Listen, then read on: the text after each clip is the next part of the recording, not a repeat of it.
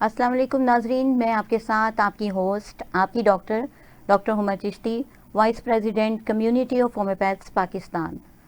आज के इस सेगमेंट में हेल्थ स्पेशल में हम बात करेंगे रोज़े के हवाले से और मुख्तलिफ हेल्थ के जो इश्यूज़ होते हैं इस दौरान, और तमाम वो बीमारियां कि जिसके हवाले से डाउट होता है कि इसमें हम रोज़ा रख सकते हैं या नहीं रख सकते, और अगर रख सकते हैं तो किस किस मसाइल का सामना कर पड़ सकता है, या फिर हमें किन एहतियाती तदाबीर को इख्तियार करना होगा, हमें कैसी डाइट मैनेजमेंट करनी होगी, अगर हम मेडिसिन लेते हैं तो किस किस्म की मेडिकेशन करनी होगी, इस हवाले से हम बात करेंगे। बहुत सारी बातें हम रोज़े के हवाले से करते हैं। तो सबसे पहले ये कि रमज़ान, जैसे कि आप जानते हैं कि ये रहमत का अशरा जारी है, और इसमें हम बहुत सारी जहाँ रूहानी फैज़याबी हासिल करते हैं, उसी तरह बहुत सारी जिस्मानी तक़वियत का भी हमें फ़ायदा होता है रोज़े से। रोज़ा ना सिर्फ फ़िज़िकली हमें फ़ायदा देता है, इसके बहुत सारे एस्पेक्ट हैं जिनको हम शेयर करेंगे आपसे और डिस्कस करेंगे। लेकिन सबसे पहले आपको इंट्रोडक्शन करवाती चलूँ अपने पैनल का। हमारे साथ मौजूद हैं डॉक्टर फ़रज़ाना सबा। बहुत शुक्रिया डॉक्टर फ़रज़ाना, आप हमारे प्रोग्राम में आई। और डॉक्टर फ़रज़ाना सबा जो हैं वो होम्यो एक्सपर्ट हैं, ये सदर हैं फ़ीमेल विंग COH पाकिस्तान, और हिजामा थेरेपिस्ट भी हैं, और अरसा दराज से जो है वो होम्योपैथिक की खिदमत सर अंजाम दे रही हैं। उनके साथ हैं डॉक्टर फ़ातिमा अली, ये मेंबर COH पाकिस्तान हैं, होम्यो एक्सपर्ट हैं और होम्योपैथिक पे एक अच्छी ग्रिप रखती हैं। इनके साथ मौजूद हैं डॉक्टर ज़हरा अली, और ये भी होम्यो एक्सपर्ट हैं और मेंबर COH पाकिस्तान हैं। आज हम बात करेंगे इनसे, मुख्तलिफ क्वेश्चंस करेंगे जिसमें दिल के अमराज भी शामिल हैं, हम मेदे के हवाले से भी बात करेंगे, नफ्सियाती मसाइल के हवाले से भी बात करेंगे, और वो तमाम इश्यूज़ की जिनके बारे में सोचा जाता है कि रोज़ा रखा जा सकता है या नहीं, जिसमें फ़ीमेल्स भी आ जाती हैं जो प्रेग्नेंट होती हैं, हम उनके हवाले से भी बात करेंगे, और तमाम एस्पेक्ट के हवाले से बात करेंगे कि रोज़ा कैसे जिस्मानी असरात रखता है हमारी बॉडी पे जब हम रोज़ा रखते हैं, और क्या इसके कोई नुकसानात भी हो सकते हैं। ये तमाम बातें हम आपसे डिस्कस करेंगे। तो बाकायदा अपने प्रोग्राम का आगाज़ करते हैं। जी डॉक्टर फ़रज़ाना सबा, आपसे आगाज़ करते हैं प्रोग्राम का कि जैसे हम रोज़े के हवाले से बात कर रहे हैं, रोज़ा है क्या, इसके हवाले से आप हमें पहले गाइड करें कि रोज़ा क्या है। रोज़ा एक इस्लामी रुकन है, 5 जो अरकान हैं इस्लाम के, उसमें से बहुत अहम रुकन है इबादत का। और इसमें जो मुसलमान हैं वो खाने पीने के अलावा दीगर मखसूस जिस्मानी अमाल से भी रुकते हैं। और इसमें एक तो बहुत फ़ायदा है कि हमें रूहानी इबादत का मौका मिलता है, और इससे हमारी जिस्मानी और तिब्बी बहुत सारे मसाइल हल होते हैं। बिल्कुल बेहतरीन। जैसा कि नाजरीन डॉक्टर साहिबा ने हमें बताया कि इसके बहुत सारे फ्यूज़ और बरक़ात हमें इस्लामिक पॉइंट ऑफ व्यू से मिलते हैं, इसके साथ साथ मेडिकल पॉइंट ऑफ व्यू से भी जैसा कि हमें बहुत ज़्यादा, यूँ कह लीजिए कि हमारी पूरी बॉडी की सर्विस हो जाती है। इतना ब्यूटीफुल इसका निज़ाम होता है कुदरत की तरफ से कि हमारी इम्यूनिटी बूस्ट करती है, जो डिटॉक्सिफिकेशन होती है वो बहुत ज़्यादा होती है, यानी तमाम किस्म के फासिद जो मवाद होते हैं वो किसी ना किसी तरह रिलीज़ कर जाते हैं और बॉडी बिल्कुल फ्रेश हो जाती है। इस हवाले से हम मज़ीद बात करते हैं कि रोज़े के हवाले से बात की, तो डॉक्टर फ़ातिमा आप बताइएगा, जैसे कि ग़िज़ाई माहिरीन के हवाले से हम बात करते हैं, तो क्या इस हवाले से जो है वो फ़वाइद होते हैं रोज़े के, कुछ इस हवाले से बात करें। रोज़े के हमारे जिस्म पर बहुत ज़्यादा फ़वाइद हैं, ना सिर्फ हमारे जिस्मानी बल्कि हमारे रूहानी फ़ायदे भी हमें देते हैं। रोज़ा बिल्कुल रोज़ा रखना चाहिए, और रोज़े से सबसे पहले जो हमारा लीवर है वो बहुत ज़्यादा मादों को डिटॉक्सिफाई करता है, जिसकी वजह से हमारा हार्ट भी ठीक रहता है, हमारा डायबिटिक निज़ाम भी ठीक रहता है, एज़ वेल एज़ हमारा स्टमक भी एसिडिटी कम करता है, उसमें स्टमक भी ठीक रहता है। जब आपको लगे कि आप अपने आप को सेल्फ कंट्रोल नहीं कर पा रहे, डिप्रेशन का शिकार हो रहे हैं, तो तब भी आपको रोज़ा रखना चाहिए, क्योंकि रोज़ा स्ट्रेस से फ्री करता है हमें। तो इसके अलावा जो मेंटली है, लाइक हम किसी को लाइक डिप्रेशन का शिकार हो रहे हैं, स्ट्रेस एंजाइटी बहुत ज़्यादा है, बहुत ज़्यादा टेंशन बढ़ गई है, उसमें भी हमें रोज़ा रखना चाहिए, क्योंकि रोज़े के दौरान हमारे समय कुछ ऐसे हार्मोन्स प्रोड्यूस होते हैं जो हमारे स्ट्रेस को और एंजाइटी को रिलीव करते हैं। सही। अच्छा, अब स्ट्रेस के हवाले से बात हुई, हम मुख्तलिफ टॉपिक पे करेंगे, तो आपसे मेरा क्वेश्चन है कि स्ट्रेस पे कैसे असरअंदाज होता है रोज़ा, कुछ इस हवाले से बात कीजिएगा। जी, हमारे जो है ना ये दिमागी अल्जाइमर की बीमारी होती है, ये रोज़े से कम हो जाती है। और इसमें जो एक कोर्टिसोल एक स्ट्रेस लेवल को बढ़ाता है, ये इंजाइम जो है ये इसमें बहुत ज़्यादा कमी वाक़या होती है जब हम रोज़ा रखते हैं। और इसके अलावा हमारे जो खुशी पैदा करने वाले हार्मोन्स होते हैं, सेरोटोनिन और एक डोपामीन, ये क्रिएट होते हैं रोज़ा रखने से। और हमारा दिमाग और हमारा जो जहन है और जो हमारी जो सोच होती है वो सब पॉजिटिव होना शुरू हो जाती हैं। और इसके अलावा स्ट्रेस से हमें कॉर्टिसोल कम बनना शुरू हो जाता है, कॉर्टिसोल कम बनना शुरू हो जाता है। और जो हमारे जो फ़ायदेमंद हमारे जो होते हैं ना एंजाइम्स, जो हार्मोन्स होते हैं वो क्रिएट होना शुरू हो जाते हैं रोज़ा रखने से। और बहुत फ़ायदे हैं इसके दिमागी सेहत पर भी, और स्ट्रेस फ्री है, ये स्ट्रेस फ्री करता है। रोज़े के हवाले से नाजरीन आपने जाना कि स्ट्रेस के ऊपर बहुत ज़्यादा अच्छे असरात होते हैं, यानी एंटी डिप्रेसेंट भी है। अगर कोई पेशेंट डिप्रेशन का शिकार है, स्ट्रेस और एंग्जाइटी है उसको, तो आप उसको रोज़ा रखने की जो है तरगीब दें कि वो रोज़ा रखे, और उससे उसकी बेटरमेंट आती है उसकी सेहत में। और यहाँ अब बात हो रही है ग़िज़ा के हवाले से, तो थोड़ा सा आपको गाइड करती चलूँ कि जहाँ स्ट्रेस मैनेजमेंट की हम बात करते हैं, रोज़ा अपना किरदार अदा करता है, वहाँ ग़िज़ा में बनाना का इस्तेमाल बहुत ही बेहतरीन रहता है। सेरोटोनिन लेवल की बात की डॉक्टर साहिबा ने, तो सेरोटोनिन लेवल जो है वो उसमें मैनेजमेंट का बहुत ही बेहतरीन सिलसिला है। केले में उसका इस्तेमाल कीजिए, अमरूद का इस्तेमाल कीजिए, ये स्ट्रेस के सिलसिले में बहुत ही बेहतरीन फ्रूट हैं। अगर आप डाइट में शामिल करते हैं तो इससे आपको अफाका होगा। जी, तो आगे चलते हैं हम और बात करते हैं डॉक्टर ज़हरा से। जी डॉक्टर ज़हरा, जैसा कि अभी बात हो रही है कि मुख्तलिफ बीमारियों पे इसके असरअंदाज होते हैं, तो क्या मोटापे के हवाले से कुछ बताइएगा, क्योंकि सुना जाता है कि इससे फ़र्क पड़ता है रोज़ा रखते हैं, तो क्या ये सच है? जी, ये सच है। रोज़ा रखने से हम अपना वज़न कम कर सकते हैं, लेकिन इसमें सबसे बड़ी एहतियात ये होती है कि रोज़ा रखने के बाद अफ्तारी में आपने कम खाना है। सही। और खाएं आप बेशक ज़्यादा, लेकिन आप न्यूट्रिएंट रिच डाइट्स खाएं, ना कि ऑयली चीज़ें, फ्राइड राइस, स्पाइसी फूड्स, ये मत खाएं। ऐसे लोग जिनको डाइटिंग करने में मसला आता है, रमज़ान उनके लिए बेस्ट ऑप्शन है। फास्टिंग तो वो करते हैं, या बस अफ्तारी में अपनी खुराक की एक लिस्ट बनाए तो वो वज़न बहुत आसानी से कम कर सकते हैं। अब जैसे आपने कहा कि हाँ लिस्ट बना ली जाए, कौन सी ऐसी खुराक है कि जो वो ना खाई जाए कि यानी मोटापे से फिर बचत हो सकती है?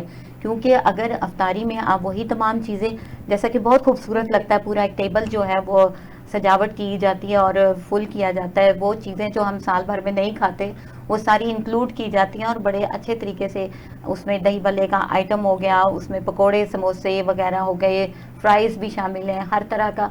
और इवन कि इसके बाद बहुत सारे लोग जो है प्रॉपरली खाना भी खाते हैं रोटी सालन के साथ। तो ये तमाम चीज़ें अगर हम करते हैं तो क्या तब भी हम मोटापे से बच सकते हैं?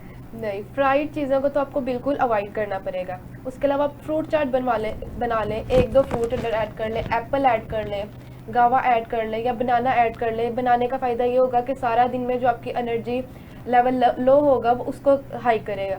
उसके अलावा डेट्स, जैसा कि हदीस में भी है कि रोज़ा खजूर से खोलना चाहिए, क्योंकि खजूर में शिफा है। तो खजूर एनर्जी का एक बेहतरीन ज़रिए, इससे आपके एनर्जी लेवल लो जो हुए होते हैं वो भी इंक्रीज़ होते हैं, और वैसे भी आपके शुगर इनटेक लेवल को, ग्लूकोज लेवल को बैलेंस करती हैं और वज़न नहीं बढ़ाते। इसके अलावा आपने थोड़ी बहुत फ्रूट चाट खाएं, उसके बाद आप डायरेक्ट रोटी खा लें। 1 रोटी खाएं, साथ थोड़ा सा सालन लें, लेकिन सालन में भी कोशिश करें कि ऑयल बहुत कम हो, और आलू आपने नहीं खाने क्योंकि आलू मोटापा करते हैं। उसके अलावा आप सब्जियां लें, ग्रीन लीव्स वेजिटेबल्स लें, दही लें, सारा कुछ लें, लेकिन थोड़ी थोड़ी मिकदार में लें। और इसके बाद एक्सरसाइज लाजमी करें। एक्सरसाइज लाजमी करें। बेहतरीन बात आपने की कि एक्सरसाइज की बहुत ज़्यादा इंपॉर्टेंस है। बहुत सारे लोग समझते हैं कि रोज़े के दौरान एक्सरसाइज की ज़रूरत नहीं होती, लेकिन ये कि आप अपने तमाम एक्टिविटीज़ को उसी तरह परफॉर्म करें और काम काज उसी तरह से करें तो एक्सरसाइज आपकी होती है। और इससे ज़्यादा और जो एक्सरसाइज आप कर सकते हैं, 30 मिनट की वॉक जो है वो अफ्तारी के बाद ज़रूरी है। लेकिन यहाँ ग़िज़ाई माहिरीन के हवाले से चूँकि बात हो रही है, माहिरीन की पॉइंट ऑफ व्यू से आपको बताती चलूँ कि रीसेंट रिसर्च के मुताबिक, इस्लामिक पॉइंट ऑफ व्यू से भी जैसे हमने बात की, कि जो लोग तरावी पढ़ते हैं तो वो एक बेस्ट एक्सरसाइज है। अगर वो तरावी करते हैं तो उनको बाद में एक्सरसाइज की ज़रूरत नहीं होती। तो ये एक बहुत ही बेहतरीन बात है जो आपसे मैंने शेयर की कि अगर आप तरावी पढ़ते हैं तो एक्सरसाइज की बिल्कुल भी ज़रूरत नहीं रहती।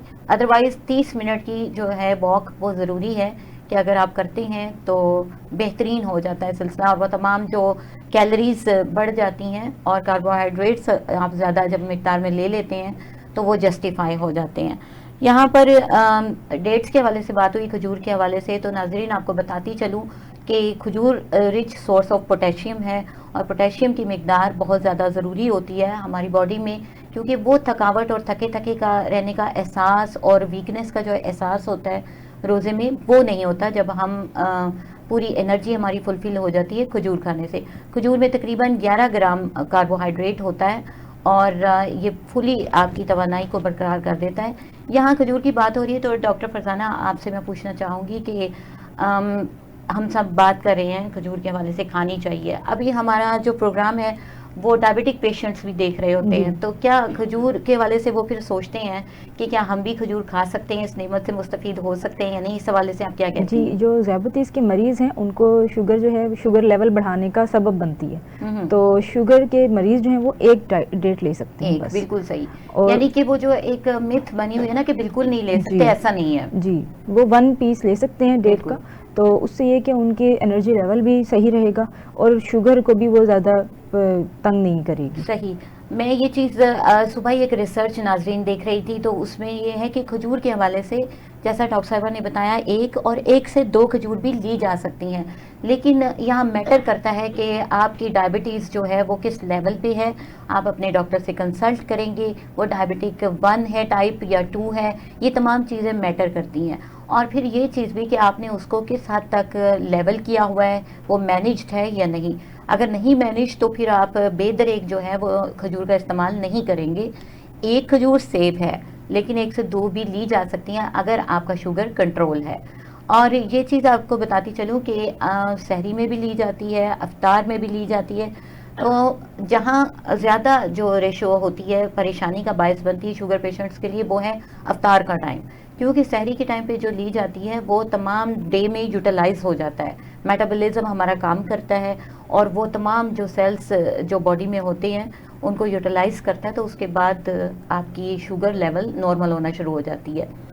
अच्छा, इस हवाले से डॉक्टर फातिमा आप कुछ गाइड कीजिएगा कि जैसे हम शुगर के हवाले से बात कर रहे हैं तो बहुत सारे पेशेंट पूछते हैं कि दिल के मरीज़, शुगर के मरीज़ रोज़ा रख सकते हैं? बिल्कुल, दिल और शुगर के मरीज़ों के लिए रोज़ा बहुत ज़्यादा फ़ायदेमंद है। दिल के पेशेंट्स के लिए तो इस तरह फ़ायदेमंद है क्योंकि ये रोज़ा हमारे ब्लड को डिटॉक्सिफाई करता है, एज़ वेल एज़ हमारे जो दिल की आर्टरीज़ है उनको बेहतर काम करना पड़ता है, एज़ वेल एज़ हमारा ब्लड प्रेशर कंट्रोल रखता है और हमारे दिल को ताकत देता है। सही। और जो डायबिटिक पेशेंट्स हैं वो भी रोज़ा लाजमी रखें, लेकिन अपने डॉक्टर से मशवरा करके और अपने शुगर लेवल को चेक करते रहें। जहाँ पर उनको लगे कि हमारा शुगर लेवल डिस्टर्ब हो रहा है, क्रिटिकल कंडीशन में, फ़ौरन डॉक्टर से रुजू करें और हॉस्पिटल जाएँ। सही। जहाँ हम वेट लॉस की बात कर रहे थे तो यहाँ मैं बताना चाहूँगी कि जो रोज़ा है वो हमारे जो बैड लिपिड प्रोफाइल और बैड कोलेस्ट्रॉल है उसको तोड़ता है, मेटाबोलाइज करता है, उसको ख़त्म करता है, हमारे जिस्म से बहुत से गंदे फासिद मादे जो है उनको निकालता है। इसलिए जो लोग वेट लॉस करना चाहते हैं वो रमज़ान के रोज़ों से फ़ायदेमंद हो सकते हैं। सही। यहाँ बात की कि जहरीले मवाद निकलते हैं, डिटॉक्सिफाई करता है, तो नाज़रीन आपको बताती चलूँ एक पर्टिकुलर केमिकल जो रिएक्शन हमारी बॉडी में होता है रोज़े से, वो है ऑटोफेजी का अमल, कि तमाम वो जो टॉक्सिक एजेंट होते हैं उनको हमारा इम्यून सिस्टम में मौजूद जो सेल्स होते हैं वो ईट अप करना शुरू कर देते हैं, खाना शुरू कर देते हैं। इसी को हम ऑटोफेजी कहते हैं। और तमाम वो जो मुखालिफ सिम्त में काम कर रहे होते हैं या नेगेटिव काम कर रहे होते हैं वो पॉजिटिव होना शुरू हो जाता है। तो इस हवाले से रोज़ा जो है बहुत ही फ़ायदेमंद है। जी डॉक्टर ज़ारा, आपसे जानना चाहूँगी कि रोज़े के दौरान कौन सी ग़िज़ाएँ खानी चाहिए? सबसे बेहतरीन है अफ्तारी में आप खजूरों की मिल्क शेक पिए, ठीक। ये आपकी एनर्जी को भी बहाल करेगी, आपको तरावी पढ़ने के लिए भी एनर्जी देगी। इससे ज़्यादा एनर्जी ड्रिंक कोई बेहतर नहीं है अफ्तारी। यहाँ आप स्पेसिफाई कर देना, यहाँ सारे डायबिटिक पेशेंट ना पीना शुरू कर दें। डायबिटिक पेशेंट्स को तो नहीं, आम लोगों के लिए जी जी। इससे बेहतरीन अफ्तारी में कोई ड्रिंक नहीं हो सकती। आप सही। कार्बोनेटेड ड्रिंक, शुगरी ड्रिंक्स को ख़त्म करें और उसकी जगह ये लें, इसके आपकी पूरी न्यूट्रिएंट्स बहाल हो जाएगी। एक मिल्क में भी कैल्शियम है, फास्फेट है, सब कुछ, और खजूर में तो पोटाशियम है ही। ये आपके सारे न्यूट्रिएंट्स को बैलेंस करेगी और आपको डिहाइड्रेशन से भी बचाएगी। सही। उसके साथ आप फ्रूट चाट ले लें थोड़ी सी, और बेहतर है कि आप रोटी खाएं, रोटी के साथ सालन लें, फ्राइड चीज़ों को बिल्कुल अवॉइड करें। और शुगरी ड्रिंक्स और कार्बोनेटेड ड्रिंक्स तो आपने बिल्कुल अफ्तारी टाइम नहीं पीनी, ये आपका एक तो शुगर लेवल बढ़ाएगी और साथ में आपको डिहाइड्रेशन की तरफ लेकर जाएगी। अच्छा, अब जो शुगर पेशेंट होगा वो रोज़ा जब अफ्तार करेगा तो वो फिर किस टाइप का ड्रिंक ले, वो उस हवाले से भी थोड़ा गाइड करें। उनके लिए बेहतर है वो सादा पानी पिए। सादा पानी वो सादा- खजूर के साथ इफ्तार कर सकते हैं, एक खजूर लें, साथ सादा पानी लें, साथ अपनी मामूल की डाइट की रोटी या खानी है, वो रोटी खा लें। मिल्क फ्री भी तो ले सकते हैं ना, विदाउट शुगर। विदाउट शुगर ले सकते हैं, लेकिन फिर भी उसमें अपनी भी शुगर होती है। हम्म। जिस तरह दूध हम मलाई वाला लेकिन दूध डॉक्टर साहब पीने की पूरे आदत दिन है, का रोजा भी तो है ना। वो अपनी डाइट के लिहाज, या आप कोई जूस बना सकते हैं जिसमें आप चीनी भी मत डालें और नमक भी मत डालें। एग्जैक्टली, जैसे स्ट्रॉबेरी का जूस, आजकल स्ट्रॉबेरी का हम्म। सीजन है, या गाजर का जूस बहुत अच्छा है। Natural sugar. जी, गाजर और चुकंदर का जूस मिक्स करके पिए, ये बहुत बेस्ट है, लेकिन आपने अंदर शुगर नहीं ऐड करनी। थोड़ा सा नमक ऐड कर सकते हैं टेस्ट के लिए, लेकिन शुगर बिल्कुल ऐड नहीं करनी। सही। इसी तरह ऑरेंजेस जी। जो हैं वो बहुत ज्यादा आजकल अवेलेबल है, उसका आप जूस लिया गावा जा का जूस सकता है। बना सकते हैं, आजकल एप्पल का जूस ले सकते हैं, लेकिन एप्पल की बहुत थोड़ी क्वांटिटी शुगर पेशेंट्स को यूज करनी एग्जैक्टली। चाहिए। यहाँ ये मैं कहना चाहूँगी कि नाजरीन, अक्सर आप सुनते हैं कि फ्रूट्स लेने चाहिए, और फ्रूट्स और वेजिटेबल्स जो हैं वो स्मार्ट रखती हैं आपको, और वो शुगर भी नहीं बढ़ने देती। लेकिन आप एक चीज़ को मद्देनज़र रखें कि एक्सेसिव कोई भी चीज़ हो जाती है तो वो नुकसानदेह होती है। अगर आप एप्पल जूस लेने लगे हैं तो आप 5 से 7 जब एप्पल जूस में ऐड करते हैं तो शुगर तो ज़्यादा हो जाती है, क्योंकि हर फ्रूट में ग्लाइसेमिक इंडेक्स मौजूद है, उसमें शुगर के कंटेंट मौजूद हैं। लेकिन जब उसकी इकट्ठी मिकदार आप लेते हैं तो वो डेफिनेटली शुगर को इन्हेंस करती है।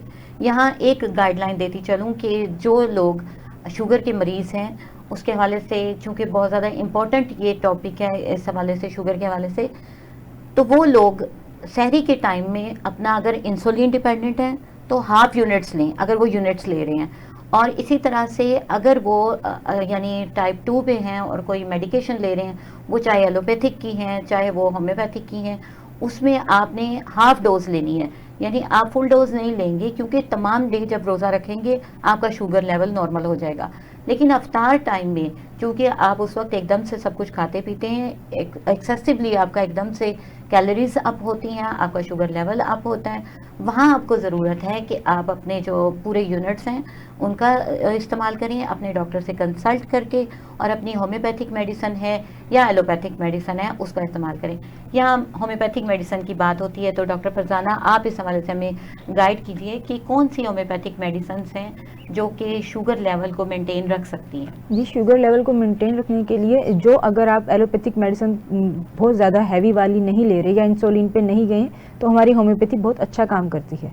और होम्योपैथिक में सबसे बहुत ज़बरदस्त सीजीजीएम है, और जिमनेमा सिल्वेस्टर है, और एक ये है इंसुलिनियम है, बहुत ज़बरदस्त, बहुत अच्छी मेडिसिन है, और एलेक्जेनम भी है जो कि बहुत अच्छा काम करती है। पैंक्रियाटिनम बहुत अच्छी मेडिसिन है जो कि आपके लबलेबे की ताकत को भी इंक्रीज करती है। एग्जैक्टली, कि जो बेसिक काम ही जिसका जो है इंसुलिन को मेंटेन करना है, लबलेबे की कारकर्दगी को बेहतर करते हुए आपकी शुगर को कंट्रोल में लेकर आती हैं ये मेडिसिन, और इनका बहुत अच्छा असर है। जो मरीज ले रहे हैं माशाल्लाह वो बहुत अच्छे रिकवर कर रहे हैं अपनी डायबिटीज को। ठीक ठीक ठीक, थैंक यू सो मच, बहुत ही बेहतरीन मेडिसिन आपने हमसे शेयर की। प्रोग्राम को आगे बढ़ाते हैं लेकिन ब्रेक के बाद।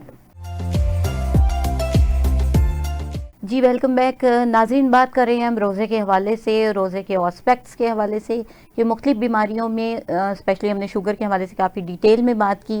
मुख्तलिफ़ बीमारियों में रोज़े के क्या अहकामात होते हैं और किस तरह से तदाबीर हो सकती हैं, इस हवाले से हम बातचीत कर रहे हैं। और अब हम बात करेंगे इस हवाले से कि डिहाइड्रेशन जो हो जाती है रोज़े में, उस हवाले से बात करेंगे। अभी बातों में जिक्र किया डॉक्टर ज़ारा ने हमसे कि डिहाइड्रेशन नहीं होने देनी चाहिए और ये हो जाती है, तो इस हवाले से थोड़ा सा डॉक्टर फातिमा आप बताइए कि डिहाइड्रेशन को कैसे रोका जा सकता है। फीमेल्स स्पेशली जो शुगर पेशेंट होती हैं और वो प्रेगनेंसी में भी होती हैं तो उनके साथ ये इशू बहुत ज़्यादा हो जाता है। ऑल्दो कि सभी पेशेंट के साथ होता है, सभी लोगों के साथ भी होता है डिहाइड्रेशन का मसला, लेकिन कैसे? रोज़े के दौरान हमने ना खाना है ना पानी पीना है, बिल्कुल हमारे जिस्म में डिहाइड्रेशन का अमल होता है। और जो आजकल की लड़कियां हैं स्पेशली, उनमें तो चक्कर आना, सर दर्द रहना, ये डिहाइड्रेशन की बहुत बड़ी काज है। इसके वजह से हम माइग्रेन का शिकार भी हो सकते हैं। इसके लिए सबसे ज़बरदस्त चीज़ ये है कि आप इफ्तारी के टाइम कोकोनट वाटर का यूज़ करें। ये आपको हाइड्रेट रखता है, आपको एनर्जी प्रोवाइड करता है, आपके सारे दिन की थकावट को दूर करता है। अच्छा डॉक्टर साहब, यहाँ एक क्वेश्चन है, अब हर कोई तो ये अफोर्डेबल नहीं है हर किसी के लिए कि वो कोकोनट जो है वाटर ले सके, तो उसका अल्टरनेट भी आप डिटॉक्स वाटर यूज़ कर सकते हैं। आप पानी को रखें सारा दिन, उसके अंदर ककम्बर ऐड कर लें, स्ट्रॉबेरीज ऐड कर लें, अपनी पसंद के जो मर्जी फ्रूट्स आप ऐड कर सकते हैं, लेमन ऐड कर सकते हैं, उसका इफ्तारी टाइम ड्रिंक करें। क्योंकि अगर इफ्तारी टाइम अगर आप बेवरेजेस लेंगे या कार्बोनेटेड ड्रिंक्स लेंगे, वो एकदम से आपका शुगर लेवल हाई करेगा, लेकिन उसके बाद यकदम डाउन करेगा और उसके बाद आपको थकावट और सुस्ती रहेगी। बिल्कुल आपने सही। तरावी भी पढ़नी है, आपने सब कुछ करना है, यहाँ आप डिटॉक्स वाटर ले सकते हैं, आप कोकोनट वाटर लें। और तीसरा ऑप्शन वही है जो डायबिटिक पेशेंट्स के लिए बिल्कुल नहीं है, जो मिल्क शेक वाला है। आप खजूर के मिल्क शेक बनाएं, आप बादामों वाला दूध पी सकते हैं, बहुत ज़बरदस्त चीज़ है इसमें। लेकिन यह है कि डिहाइड्रेशन से रोकने के लिए सबसे बेस्ट चीज़ कोकोनट वाटर है। नींबू वो पानी आप पिया जा सकता है, नींबू पानी सिंपली। लिया जा सकता है, आप लाइम वाटर लें, आप उसमें हल्का सा नमक आप ऐड कर लें। जो शुगर पेशेंट है वो तो बिल्कुल शुगर ना ऐड करें, ना नमक ऐड और करें। नाज़रीन, यहाँ एक चीज़ मैं भी आपसे शेयर करती चलूँ कि जहाँ पर होता है कि मैदे में गर्मी का एहसास होता है और ऐसा हो जाता है सम टाइम, और एसिडिटी के बारे में कहा जाता है, ऑल्दो कि एसिडिटी तो नहीं होती रोज़ा रखने से, लेकिन ये कि इस हवाले से आपसे मज़ीद एक पॉइंट मेरे जहन में है, हम डिस्कस करते हैं अपने डॉक्टर के साथ। उसके लिए आप ये करें कि आधा दूध आधा पानी इस तरह से इस्तेमाल करें, ये बेहतरीन चीज़ है। आप चुटकी उसमें नमक ऐड कर लेते हैं तो तमाम वो जो मिनरल्स आपके कम हो जाते हैं, और पानी की जो कमी हुई होती है डिहाइड्रेशन के लिए, ये बेहतरीन टॉनिक के तौर पे काम करता है। इसी तरह आप लस्सी का इस्तेमाल भी कर सकते हैं, और ये डॉक्टर से कंसल्ट करने के बाद करें, क्योंकि वो जानते हैं कि आपका मिजाज कैसा है, आया आपको लस्सी या दूध में से कौन सी चीज़ लेनी चाहिए, कौन सी नहीं लेनी चाहिए, ये चीज़ें मैटर करती हैं। क्योंकि बहुत सारे फ्लैजमेटिक किस्म के जो पेशेंट होते हैं, बलगमी मिजाज के जो पेशेंट होते हैं, उनके लिए दही का इस्तेमाल कुछ बेहतरीन नहीं होता, तो उसके किस तरीके से इस्तेमाल करना है ये डॉक्टर ही बता सकते हैं। जी डॉक्टर ज़ारा, इस हवाले से बताइएगा हमें, आप के बात हो रही है डिहाइड्रेशन के हवाले से, और मज़ीद हम बात कर रहे हैं जिस्म के ऊपर इसके जिस्मानी असरात के हवाले से। तो रोज़े के कौन से अच्छे असरात हैं जो हमारी बॉडी पे मुरतब होते हैं? यानी बहुत सारी चीज़ों में है, वो आप सब मिल के वन बाय वन हमें बताएं। सबसे पहले इधर मैं बताऊंगी डिहाइड्रेशन का सबसे बेहतरीन इलाज। आप अफ्तारी से सहरी के दौरान पानी तो पीना चाहिए आपको, पानी में थोड़ा सा सॉल्ट ऐड कर लें। इससे ना सिर्फ आपकी वाटर इनटेक लेवल नॉर्मल होगा, बल्कि आपकी बॉडी में सॉल्ट, इलेक्ट्रोलाइट भी बैलेंस रहेंगे। बिल्कुल, लेकिन ब्लड प्रेशर के पेशेंट को प्रिकॉशन दे दें। ब्लड प्रेशर के पेशेंट्स को यूज नहीं करना चाहिए। आप पानी में थोड़ा सा नमक, बहुत ज्यादा नमक नहीं लेना, वो तो हर किसी के लिए जैसे चुटकी। नुकसानदेह। चुटकी भर नमक वो आपके सारे सॉल्ट्स, इलेक्ट्रोलाइट को बैलेंस रखेगा। उसके अलावा हम बात कर रहे हैं जिस्मानी असरात रोजे के। ये आप पे बहुत अच्छे असरात करते हैं। हमारा स्टमक सारा दिन खाली रहता है, और सबसे बेहतरीन फ़ायदा ये उन लोगों के लिए जो मोटापे का शिकार है और अपना वेट लूज़ करना चाहते हैं और उनको मौका नहीं मिलता डाइटिंग का, तो उनके लिए तो ये बेहतरीन ऑप्शन है। उसके अलावा जब हम रोज़ा रखते हैं, सबसे पहले हमारे बॉडी में ग्लूकोज डिप्लेशन होता है। हमारी बॉडी ग्लूकोज को यूज़ करना स्टार्ट करती है, उसको तोड़ती है। फिर नेक्स्ट फ्यू हावर्स में वो ग्लाइकोजन जो स्टोर्ड होता है उसको तोड़ के ग्लूकोज में तब्दील करती है, उससे यूज़ करती है। इससे हमारी बॉडी में जो एक्स्ट्रा स्टोर्ड होती है एनर्जी, फैट्स, वो भी रिड्यूस होती है। फिर इसके बाद जब मजीद नेक्स्ट हावर्स होते हैं, उसमें कीटोन प्रोडक्शन होती है और फैट डिजॉल्व होना स्टार्ट हो जाते हैं, वो भी वेट लॉस के लिए बहुत अच्छा है। इसके अलावा हमारे स्टमक की एसिडिटी रोजे से बहुत कम होती है, क्योंकि अच्छा, यहाँ मैं एक बात करना चाहूँगी। अभी आपने कहा कि कम होती है, बड़ी अमेजिंग सी बात है कि देखिए हम जब भूखा रहते हैं तो एक्चुअली तो तेजाबियत मैदे की बढ़ जाती है। नॉर्मली रूटीन में देखें तो वो तेजाबियत का शिकार हो जाते हैं। ये कितनी सरप्राइजिंग सी बात है कि ऐसा कैसे है कि रोज़े में जो है वो हम लोग तेजाबियत का शिकार नहीं होते। रोज़े से तेजाबियत का शिकार नहीं होते सिर्फ वो लोग होते हैं जो पहले किसी डिजीज़ के अंडर हो, या वो कुछ ऐसी मेडिकेशंस यूज़ कर रहे हो सहरी के वक्त जो उनमें एसिडिटी प्रोड्यूस करती है। रोज़े से नहीं होती, क्योंकि जैसे ही ग्लूकोज डिप्लेशन होती है, ग्लाइकोजन तब्दील होता है, इस दौरान हमारा लीवर डिटॉक्सिफाई कर रहा होता है ब्लड को, और वो ब्लड में ऐसे केमिकल्स यूज़ कर फैट्स डिजॉल्व हो रहे होते हैं। तो एसिडिटी रोज़े से नहीं होती। आपको अपना अगर आपको एसिडिटी हो रही है रोज़े से, आपको अपनी मेडिकेशन, अपना लाइफस्टाइल देखना चाहिए कि आपने सहरी में क्या खाया है। सहरी में आप बहुत ज़्यादा स्पाइसी फूड्स लें तो वो उसके अल्टर तो आपको एसिडिटी होगी, डेफिनेटली होगी। या अफ्तारी में भी आप करें, रोज़े से नहीं होती। अच्छा डॉक्टर साहब, इसमें हमारी जो होम्योपैथिक मेडिसिन है, अगर किसी को हो जाती है एसिडिटी, तो कौन सी मेडिसिन है जो बेटरमेंट ला सकती हैं? कार्बोवेज बहुत अच्छी मेडिसिन है, पल्साटीला। उसके अलावा आप कार्बोवेज, पल्साटीला, कालीबाई, इधर अकॉर्डिंग टू सिम्टम्स मेडिसिन काम करती है। अगर किसी को एसिडिटी इतनी ज़्यादा हो रही है, उसको लग रहा है मेरा सर चकरा रहा है, मैं गिरने लगी हूँ, तो कार्बोवेज उधर बहुत अच्छा काम करेगी। और कार्बोवेज साथ में आपकी ऑक्सीजन लेवल को बैलेंस रखेगी और आपके सांस लेने में भी मदद करेगी।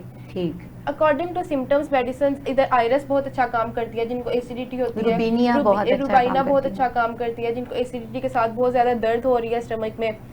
तो अकॉर्डिंग टू सिम्टम्स तो बहुत सी मेडिसिन है होम्योपैथी। नाज़रीन, बहुत सारी मेडिसिन का नाम आपने सुना, और ये आपसे फिर कहती चलूँ कि सेल्फ मेडिकेशन से परहेज़ करें और अपने डॉक्टर से कंसल्ट करके ही मेडिसिन का इस्तेमाल कीजिए, क्योंकि वो जानते हैं कि किस तरह, कितनी मिकदार में और कौन सी पोटेंसी में आपको मेडिसिन की ज़रूरत है। तो बात हो रही है एसिडिटी की, मोटापे के असरात होते हैं कि वो ग्लाइकोजन का आपने बताया कि वो स्टोर रहते हैं, जबकि फैट्स जो हैं वो बर्न करते हैं। ठीक हो गया। और इसके साथ ही साथ कुछ दिमाग पे भी इसके असरात होते हैं, उस हवाले से आप कुछ बताइएगा कि क्या असरात होते हैं जब रोज़ा रखते हैं, क्या उसके कौन से अच्छे असरात होते हैं। जैसा कि हमने रिसर्च में पढ़ा कि न्यूरो ट्रांसमीटर्स जो होते हैं न्यू बनना शुरू हो जाते हैं, तो बड़े अच्छे असरात होते हैं। आप इसके बारे में जैसा कि रोज़े में ऑटोफेगी का प्रोसेस होता है, लाइक जो सेल्स हैं वो अपने जो डेड सेल्स हैं और डेड प्रोटीन्स हैं वो खा रहे हैं, वो उनसे खुराक ले रहे हैं। एज वेल एज हमारा जो लीवर है वो कीटोस प्रोड्यूस कर रहा है, जो कि हमारे ब्रेन सेल्स की खुराक है और बहुत ज़बरदस्त खुराक है। इसलिए हमारा सीरोटोनिन और डोपामाइन जो हार्मोन्स है वो बहुत ज़्यादा इंक्रीज़ हो रहे हैं।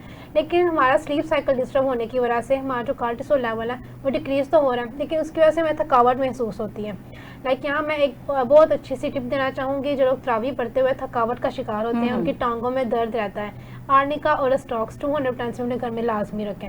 डेली इफ्तारी के टाइम वो ले लें और उसके बाद थोड़ी देर आप रेस्ट कर लें, उसके बाद आप तरावी फ्रेश होकर पढ़ेंगे। बिल्कुल आर्निका और स्टॉक्स से माइंड में रखें। और इसके अलावा हम बात करेंगे असरात जो हमारे माइंड पे हैं। स्ट्रेस, ये एंटी डिप्रेसेंट है। रोज़ा आप रोज़ा रखें, आप स्ट्रेस रिलीफ रहेंगे, एंग्जाइटी रिलीफ करेगी आपकी। जो लोग अपने आप पर कंट्रोल नहीं कर पाते, सेल्फ कंट्रोल बिल्कुल नहीं है, बहुत ज़्यादा गुस्से का शिकार है, क्योंकि हमें पता है कि रोज़े में तो हमने सब्र करना ही करना है। तो जब आप अपने आप को गुस्से में शिकार है, आप अपने आप को गुस्सा कंट्रोल नहीं कर पा रहे, आप उन दिनों में रोज़े रखें, आप अपने आप को कंट्रोल कर पाएंगे, आप अल्लाह ताला के करीब होंगे और तकवा इख्तियार करेंगे। अच्छा डॉक्टर साहिबा, जोड़ों के दर्द के हवाले से और जिगर के हवाले से भी जो है बहुत ज़्यादा अच्छे असरात होते हैं। अभी मैं देख रही थी कि बर्नन यूनिवर्सिटी जो है उसमें 1400 लोगों के ऊपर जो है रिसर्च हुई और पता चला कि उसके बहुत ही अच्छे असरात हुए इन लोगों पे जो कि जिगर के अमराज का शिकार हैं या जिनको जॉइंट्स से रिलेटेड प्रॉब्लम है। तो इस हवाले से थोड़ा गाइड कीजिएगा। बहुत सारे लोग किसी भी बीमारी से रिलेटेड जो लोग होते हैं वो क्या करते हैं कि यानी एक एक्सक्यूज सोच लेते हैं कि नहीं मैं तो बीमार हूँ तो मैं रोज़ा नहीं रख सकता, तो उस हवाले से थोड़ा गाइड कीजिएगा। जी, असल में जो रोज़ा है ये हमारी इन्फ्लेमेशन को कम करता है। बेहतरीन। जो इन्फ्लेमेशन जहाँ पे जैसे जोड़ों के दर्दों में होती है और ये जो दिमागी मसाइल होते हैं इनमें भी, और जो जिगर के मसाइल हैं इसमें भी जब इन्फ्लेमेशन होती है तो वो हमें तंग करती है। बिल्कुल। तो रोज़ा हमारे इन्फ्लेमेशन को कम करता है और डिटॉक्सिफिकेशन करता है हमारी बॉडी में जो सेल्स हैं वो जो बैड सेल्स होते हैं वो ख़त्म होना शुरू होते हैं और जो अच्छे सेल्स होते हैं वो बनना शुरू होते हैं। तो इस वजह से रोज़ा ज़रूर रखना चाहिए। और कुछ डॉक्टर जो हैं वो इन अलामात में इंटरमिटेंट फास्टिंग का भी मशवरा देते हैं रोज़े के अलावा भी, जो कि कुछ घंटों पे डिपेंड करता है। अब इस हवाले से बात हो रही है तो आप इसको थोड़ा सा हमारे नाजरीन के लिए बताइए कि इंटरमिटेंट फास्टिंग का बहुत ज़्यादा रिवाज है आजकल और बहुत सारी अक़वाम में ये चीज़ चल रही है और वो ख्वा किसी भी रिलीजन से रिलेटेड हो, इंटरमिटेंट फास्टिंग का कहा जाता है कि ये करें और ये बहुत ज़्यादा फ़ायदेमंद होती है। ये क्या चीज़ क्या है ये? जी, इंटरमिटेंट फास्टिंग जो है ये कुछ घंटों पे डिपेंड करती है और इसके 3 तरीक़ेकार होते हैं। कुछ घंटों में आपने खाना होता है, कुछ घंटों में नहीं खाना होता। इसको हम 3 तरीकों पे डिवाइड करते हैं। 8 घंटे का हाँ जी, ये पहला तरीका इसका 16/8 है, यानी 16 घंटे आपने कुछ नहीं खाना और 8 घंटे में आपने कुछ खाना है। ठीक। और कम कैलोरीज वाली चीज़ें लेते हैं 8 घंटे में भी, ताकि आपकी जो तमाम सिम्टम्स हैं वो लेवल में आना शुरू हो जाए। और दूसरा इसका 5.2 है जो मेथड है। 5.2 का मकसद ये है कि 5 दिन आपने सही खाना खाना है और 2 दिन आपने कम कैलोरीज वाला खाना खाना है, यानी वक्फे से जारी रहेगा। और इसका जो थर्ड मेथड है वो है 24 घंटे तक भूखा रहना। उस मेथड में वो भी बहुत मुख्तलिफ किस्म की डिजीज़ में डॉक्टर सजेस्ट करते हैं आपको, जहाँ के कैंसर भी हो सकता है और जैसे कि कुछ ऐसी अलामात होती हैं जिसमें इस तरह के डॉक्टर आपको मशवरा देते हैं इंटरमिटेंट फास्टिंग का। सही। अच्छा डॉक्टर फातिमा, रोज़े के दौरान कौन से ऐसे ज़्यादा मसाइल हैं जो देखने में आते हैं, सामने आते हैं और बहुत ज़्यादा फेस करते हैं हमारे पेशेंट्स हमारे पास आते हैं, इस हवाले से थोड़ा बताएं। सबसे पहले तो हमारा रोज़ों में स्लीप एक साइकिल डिस्टर्ब होता है, रात की नींद पूरी नहीं होती, हमारे हार्मोन्स बहुत ज़्यादा डिस्टर्ब होते हैं, सारा दिन सर दर्द रहता है, कुछ लोगों को तो माइग्रेन की हद तक जा सकता है, बीपी लो रहना, डिहाइड्रेशन होना, ये सारे हमें मसाइल नज़र आना शुरू होते हैं। लेकिन जो स्टमक की एसिडिटी है वो बहुत बड़ा आजकल प्रॉब्लम है। स्टोमिक एसिडिटी हमारे रोजे से प्रोड्यूस नहीं होती, बल्कि जो हम अफ्तारी के टाइम स्पाइसी फूड्स और फ्राइड फूड्स खाते हैं, बहुत इनकी सारों को वजह से। डायरिया भी हो जाता है। और बहुत सबको डायरिया भी हो जाता है, डायरिया और कॉन्स्टिपेशन भी देखने में आता है, क्योंकि जब अफ्तारी करके जो लोग सो जाते हैं फौरन, वो कॉन्स्टिपेशन का शिकार रहते हैं, और जो खाते रहते हैं और रात जागते रहते हैं वो अक्सर डायरिया का शिकार रहते हैं। इनमें हमारी होम्योपैथी बहुत अच्छा काम करती है। होम्योपैथी का एक बहुत बड़ा फायदा यह है कि आप इसको रोजे के दौरान यूज कर सकते हैं, इससे रोजा नहीं टूटता। अच्छा, ये बड़ी आपने ना वो स्ट्रेंज सी बात बताई, हमारे नाजरीन हैरान हो रहे होंगे, परेशान हो रहे होंगे कि मेडिसिन को किस तरह से रोजे के दौरान लिया जा सकता है। मेडिसिन को अपने पाम पे टैप करें, उसको 2-3 दफा आप टैप करते जाएं तो ये अब्जॉर्ब हो जाएगी, क्योंकि हमारी होम्योपैथी जो मेडिसिन है वो नर्व्स के थ्रू अब्जॉर्प्शन का काम करती है।